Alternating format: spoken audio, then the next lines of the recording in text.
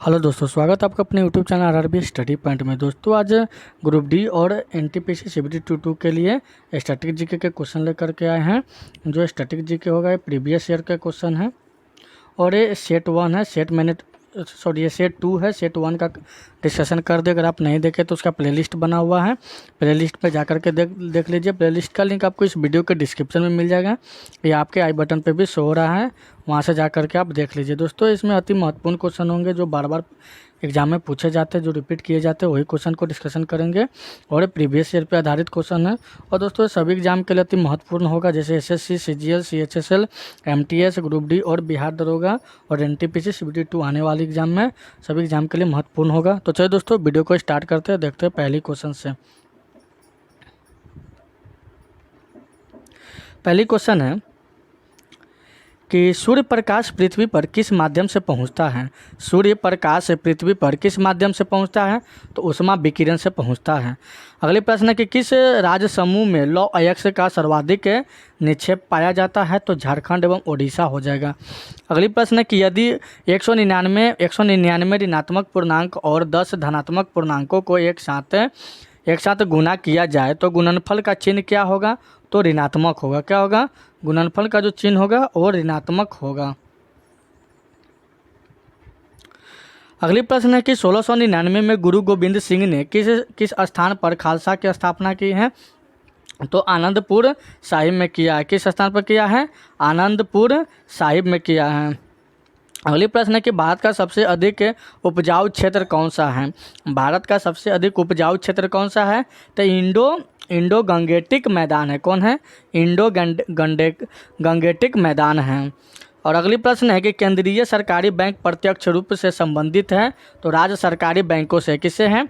राज्य सरकारी बैंकों से हैं। अगली प्रश्न है कि कौन सा ये ब्यूरगैल विकासात्मक व्यय है, तो ब्याज भुगतान तथा सरकारी सहायता से हैं।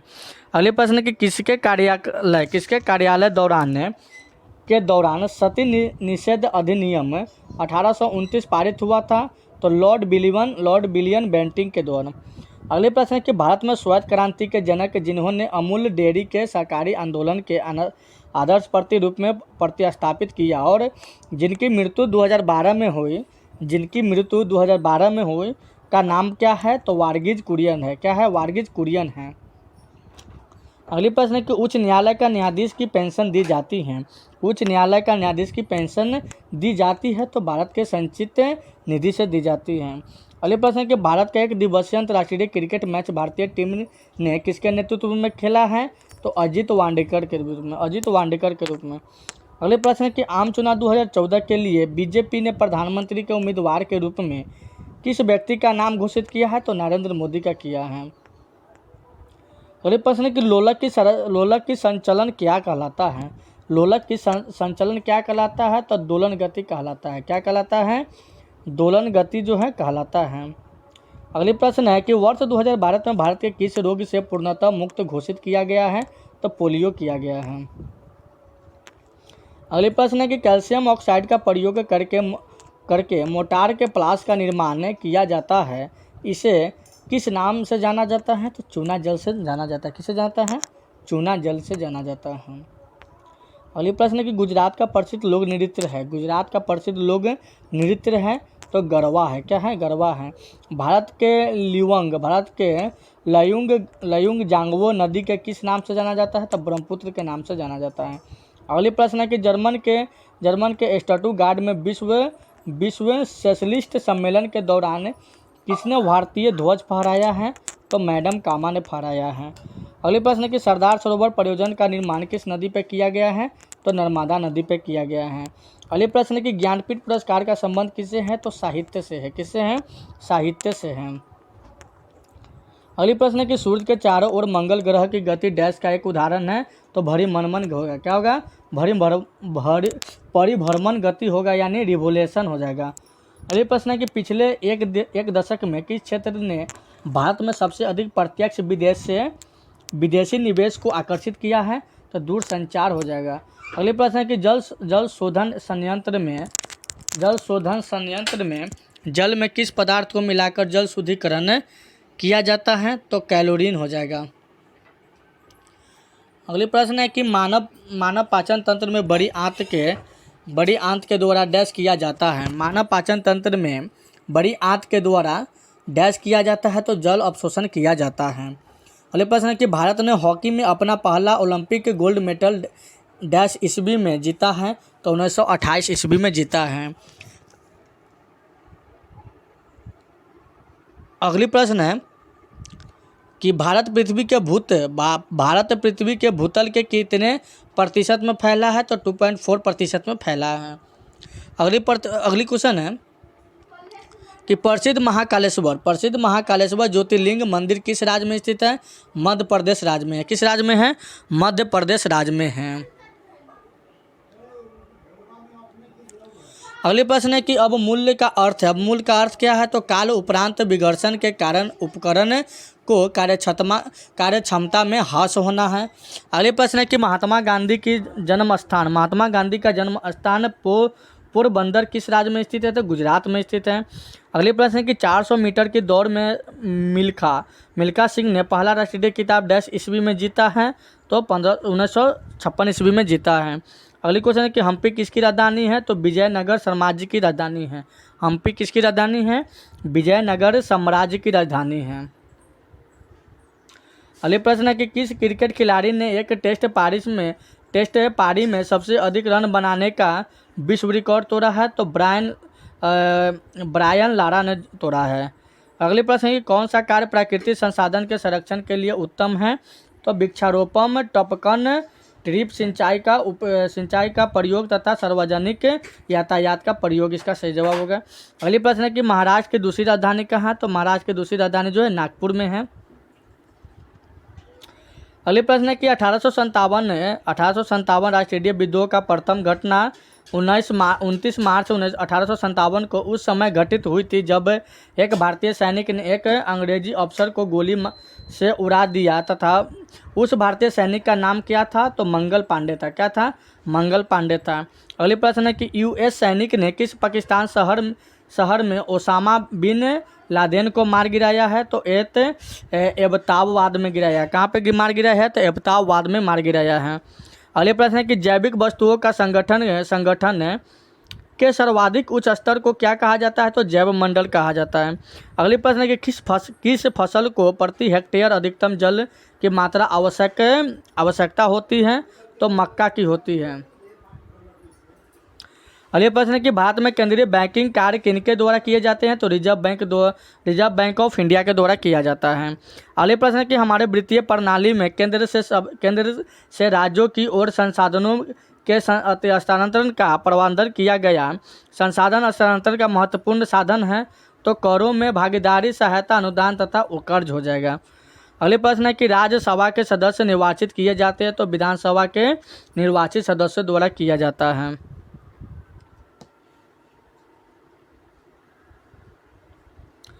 अगले प्रश्न है कि पुणे समझौता संपन्न हुआ है तो महात्मा गांधी और डॉक्टर बाबा साहेब अम्बेडकर के बीच में हुआ है। अगले प्रश्न है कि भारत में ताम्र निक्षेप का सबसे समृद्ध पट्टी कहाँ पर है? तो राजस्थान के खेती और दरीबों में है। अगले प्रश्न है कि उपनिषद को डैश कहा जाता है? तो वेदांत कहा जाता है। क्या कहा जाता है?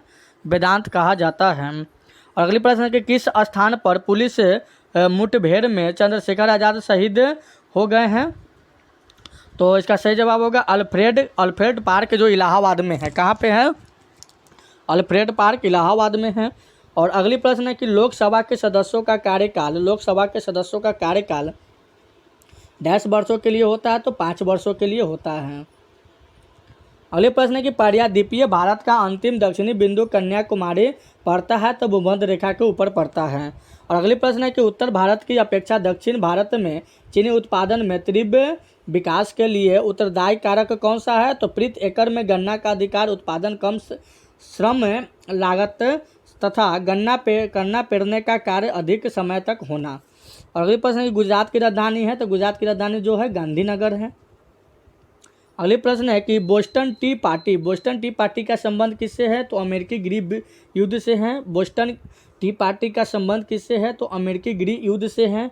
और अगली प्रश्न है कि अंग्रेज़ों और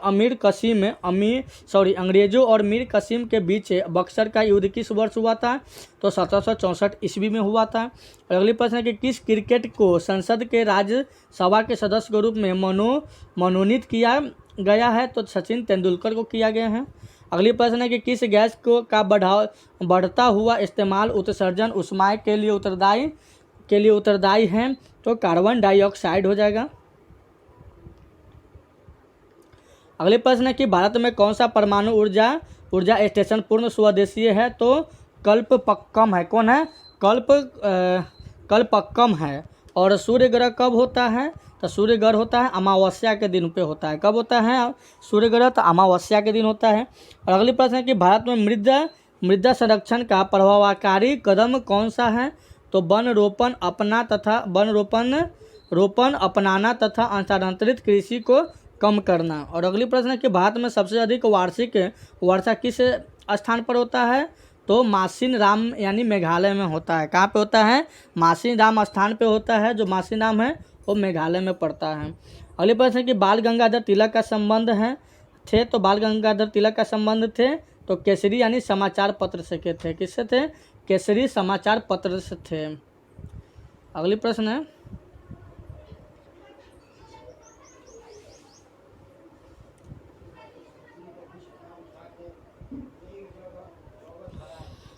केंद्रीय सरकारी बैंक प्रत्यक्ष रूप से संबंधित होते हैं तो राज्य शाकाहारी बैंकों से होते हैं। अगली प्रश्न है कि महात्मा गांधी का जन्म स्थान पोरबंदर किस राज्य में स्थित है? तो गुजरात में स्थित है। अगली प्रश्न है कि लोकसभा के सदस्यों का कार्यकाल कितने वर्षों के लिए होता है? तो 5 वर्षों के लिए होता है। छत्रपति शिवाजी का पिता का नाम बताइए। तो शाहजी भोसले थे। और राज्यसभा के सदस्यों निर्वाचित किए जाते हैं तो विधानसभा के निर्वाचित सदस्यों द्वारा किए जाते हैं। अगली प्रश्न है कि भारत में ल्यूंग जांगवो नदी को किस नाम से जानते हैं? तो ब्रह्मपुत्र के नाम से जाने जाते हैं। कैल्शियम हाइड्रोक्साइड का प्रयोग करके मोटार के प्लास का निर्माण किया जाता है, यह किस नाम से जाना जाता है? तो चूना जल से जाना जाता है। अगली प्रश्न है कि हमारे वित्तीय प्रणाली के केंद्र राज्यों की संसाधनों के हस्तांतरण का प्रावधान किया गया। संसाधन हस्तांतरण का महत्वपूर्ण साधन क्या है? तो करों में भागीदारी, सहायक अनुदान तथा कर्ज है। अगले है कि हम्पी की राजधानी थी तो विजयनगर का साम्राज्य था। अगले प्रश्न है कि पहला एक दिवसीय अंतर्राष्ट्रीय क्रिकेट मैच भारतीय टीम ने किसके नेतृत्व में खेला है? तो अजीत वाडेकर के नेतृत्व में खेला है।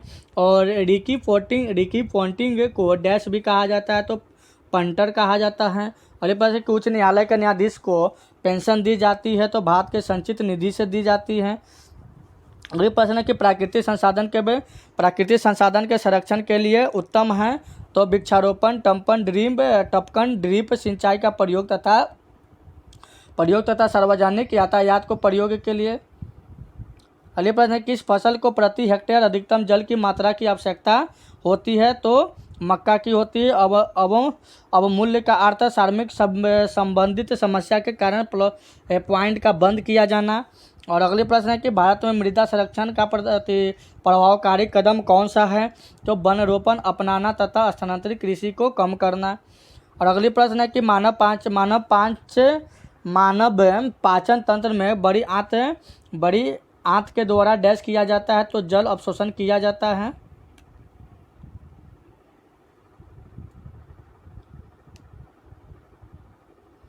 अरे तो पढ़ल होती है ना, क्वेश्चन लग रहा है रिपीटेशन हो रहा है।